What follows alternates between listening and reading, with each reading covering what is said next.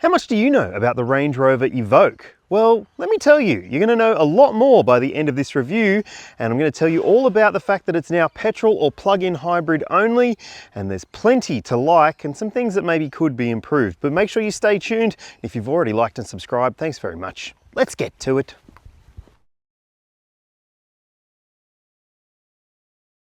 There are two different powertrain options to choose from in this lineup and three different grades as well. So the P250 is the petrol version, turbo petrol with all-wheel drive, and then there's the P300e, which is the plug-in hybrid. It's only available in the top two specs. And look, the pricing is pretty ambitious, I would say. It's crept up a lot in recent years and maybe doesn't stand up as the best value in this segment, but you do get a heap of standard equipment across the range, starting off with the dynamic SE grade, and at an entry-level point you get things like LED lighting around the car, an electric tailgate, keyless entry and push-button start, 19-inch alloy wheels, leather seat trim on the inside, a Meridian sound system. You've also got dual-zone climate control and plenty of other features besides. And then if you step up to the dynamic HSE, you add things like a fixed glass roof, you also get bigger wheels, and a few other features that you might appreciate, including different headlights. They're called pixel LED lights. There's different interior trim stuff as well. And then there's this one here, which is the Autobiography, which comes with almost everything you could imagine for a luxury SUV. But hey, there's also some options if you want to. Now, let's talk about what you get extra if you choose the Autobiography. Things like a surround view camera system comes as standard. You also get an interior rear vision camera system. So rather than a mirror, it can act as a mirror or it can act as a camera feed if you can't see out the back. And you also get things like heated and cooled front seats, electric steering column adjustment, and an opening panoramic sunroof, as well as more leather trim on the inside. And look, for someone who's looking for something with this badge and this much stuff, I think that maybe the price is okay, but I've got some alternatives that could save you, let's say, a lot. Let's talk about them now. Okay, when it comes to alternatives to the Range Rover Evoque, in terms of size and in terms of luxuriousness, there are a few good options out there you might want to check out. Firstly, I would recommend you go and take a look at the BMW X1 and iX1. The iX1 is the fully electric version in that range. There's a bunch of different variants available, and the petrol range is still very, very comprehensive as well, including a new fast one. And so look, there's plenty of choice in the iX1 and X1 ranges, and it's a very, very good luxury compact SUV. Another one that I reckon you should go and check out is the Audi Q3. While it does have a lower price point than this range, that means that you're getting more value at the lower end, in my opinion. But look, there's also the RS Q3, which is excellent and very, very fast and costs a whole lot less than this plug-in hybrid model. But the thing with the Q3 range is there are no hybrids, so that might be a deal breaker for you. But hey, I've got another alternative from the Volkswagen group that you might want to check out, the Cupra Formentor. And look, you're talking about half the price or even less when you're thinking about a Cupra compared to a Range Rover. And look, you're maybe not getting all the cachet that you get with the Range Rover badge, but you've also got the choice of 4 different powertrains, including a plug-in hybrid, which is very good, and some really, really great options in that lineup. I reckon the Cupra Formentor could be the best outside option if you are considering something that's luxury-ish, premium-ish, and looks fantastic. Tell me what you think in the comments. One of the things that's surprising about the Range Rover Evoque is that it's actually a fair bit smaller than it looks. At less than 4.4 meters long, this is basically a tiny little Range Rover, and in fact one of the smaller luxury compact SUVs on the market. Smaller than an Audi Q3 and just a little bit bigger than an Audi Q2, but it looks so much more substantial because of its design and its profile, and I reckon it looks fantastic personally. Now let's have a look in the boot. Now you'll notice there are some bags here. They are your charge cable bags, and that is because there's no storage under the boot floor. You might think that's an issue, but it's not really, considering that you get a spare wheel under the boot floor, which I think fits this brand nicely. You've got a couple of storage areas on the side of the boot there with netting. You've also got some shopping bag hooks on either side and a little 12-volt port there with a light in the boot as well. It's not the biggest boot. The numbers suggest that it is bigger than it actually is, but it's easily big enough to fit a pram and some luggage, or easily a big old week's worth of shopping. But what do you reckon? Is it a big enough boot for you? It feels special in here, people. I love this design. I love the fact that you've got multiple colors in here, or multiple shades at least. This lovely off-white finish that runs across the dashboard. You've also got another different kind of gray, which isn't black. And then you've also got this beautiful microfiber up here. And look, you can spec your Range Rover to your desire, basically. There's a bunch of different options for the interiors, and well, it means that you can make it what you want it to be. And if I was making it what I wanted it to be, this would be pretty much it. I love the fact you've got a two-tone steering wheel even. It just adds something to the value in here, in my opinion. Now, when it comes to the usability of this cabin, you've got a lovely big digital instrument display for the driver, plus a head-up display as well, which is really handy. And the controls to use this, well, they're a bit confusing, I'll be honest. You have to use the steering wheel controls, and honestly, it does take, well, a couple of days for you to figure out how to interact with that screen in the best way. Same sort of thing with this screen here. Now, the 11.4-inch touchscreen media system in this car, it's standard across the entire range, and it does look very crisp and clean. It's basically your control center for everything. There are no buttons, as you can see, so you know that I love buttons, and I don't love the fact that you don't get buttons here, but you do get reasonably easy controls here. So for your climate control, you just tap a button on the screen. It's at the edge, so it's like a home key bar on the side there, and it's pretty easy to interact with.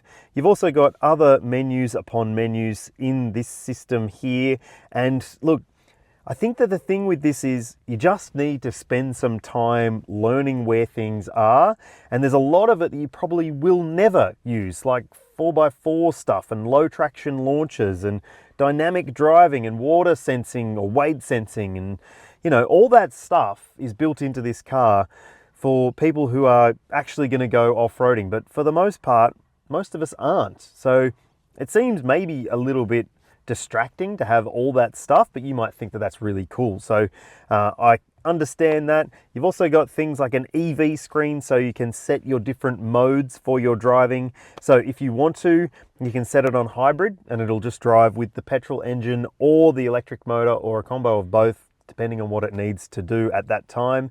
You can set it to be in EV mode, so it will just use the battery pack until it's depleted, or you can put it in save mode. When you get somewhere that you know that you'd prefer to drive in EV mode, in Europe they have cities that only allow you to drive an EV in them, so that makes sense in that situation. But hey, you might find that you just want to save as much energy for a certain period of your drive. That's fine. All of that is pretty clever. You've also got charging screens here, so you can set the timer so it'll charge when you want it to be. It gives you an at a glance look at how much battery you've got left as well. And look, the screen itself, it's pretty quick, and I've had no real issues with it. 1 or 2 times it dropped out from Apple CarPlay, which is not great. One sequence that I thought I had to learn every time was going into the little menu system, then driver assistance, and then going to low so that the speed limit warning and the lane keeping assist would turn off.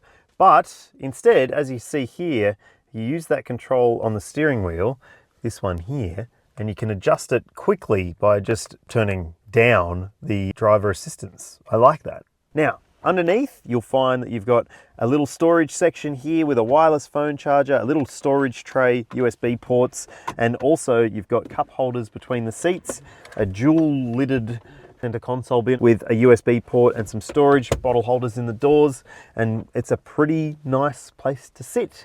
Let's check out the back seat space, shall we?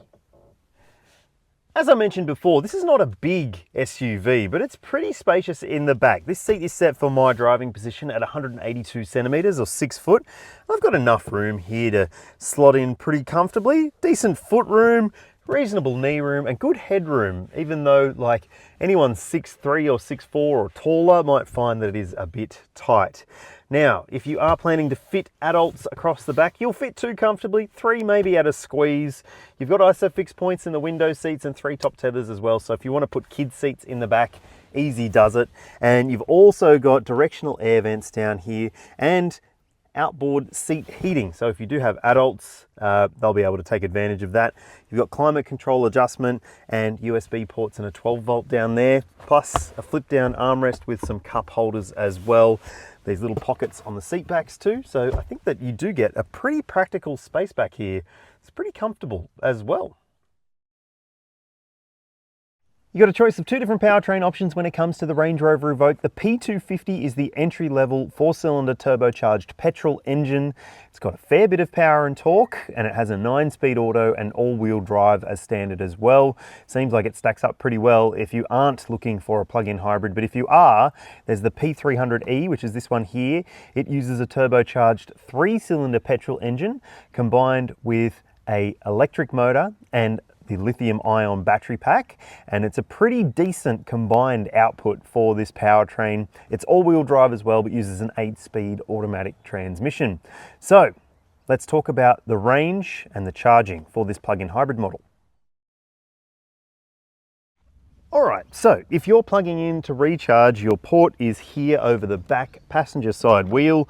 Fuel goes in on the other side, but let's talk about charging. So you've got a 15 kilowatt hour battery pack in this car, and that means that you should have a WLTP rated EV driving range of 62 kilometers. So can you get that in the real world? Well, I'll tell you when we get to the driving section. Now, when it comes to recharging, you've got AC charging. You'll see the maximum charge rate and the charging time on your screen now. And that means that if you plug in at home overnight, it'll replenish very, very easily over that nighttime period. Then you can commute electrically the next day. And if you're caught out on the open road and you just want to plug in and recharge, so you've got EV driving range, there's DC charging here as well, which is very unusual for a plug-in hybrid. You'll see the charging rate and also the claimed recharge time on your screen now.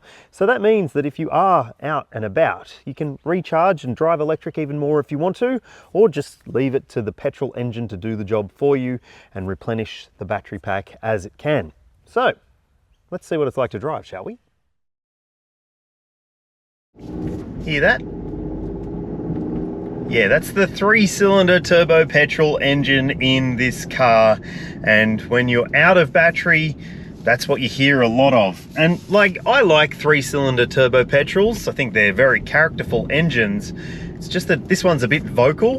And then if you're in EV mode, it'll switch between the two in hybrid driving mode like I'm in now. And it's a far more serene experience, let's say. So look, you are going to want to use the battery pack and recharge and basically drive EV as much as you can if you want to have the serene experience. But yeah, I've depleted the battery pack in the name of science. I'm going to tell you some more about that in a sec. But let's talk about this powertrain and what it's like on a daily basis, because the way that it interacts between petrol and electric is actually really good. The transition is smooth and it's nice to drive. It's got a powerful little number going on under the bonnet here. And let me tell you, when you do put your foot down, this thing, yeah, that's hustling. That is quick. When it uses the petrol engine and the electric motor combined to just pull you away, it is fast. And it's also a really refined transition between petrol and electric when you are on light throttle. And I love that about it. I think it's a really clever system, this, and one of the best plug-in hybrids that I've driven in recent memory, because it just does that job of switching between electric and petrol really nicely. And for the most part, in EV mode, you won't even notice the transition or the transmission as well. At higher speeds, or when you're using the petrol engine more, you can feel the gear shifts pretty noticeably, but they're smooth and seemingly pretty logical as well. And look, it feels like a little Range Rover to drive. It's got that very Range Rover characteristic to the way that it steers. So it's not super duper direct in terms of the steering, but it does have a really nice, I would say, responsiveness to the steering. So it's predictable. It doesn't feel like it's trying to be too sporty, and doesn't feel like it's too sloppy like some luxury SUVs might. Now we're going over my favorite little bumpy test track here. It's a local road where I live that's pretty horrible. And I will say that you do feel the lumps and bumps in the surface. It's got a pretty big set of wheels on it, this car, so it's not surprising to feel a few of those inconsistencies underneath the rubber. But I will also add that the thing that maybe is a little bit less enjoyable is the way that the body will wobble as you go around a corner, as I'm about to show you. Yeah, it just sort of wobbles side to side just a little bit like some other SUVs, but it's not nearly as bad as, say, in a Mercedes.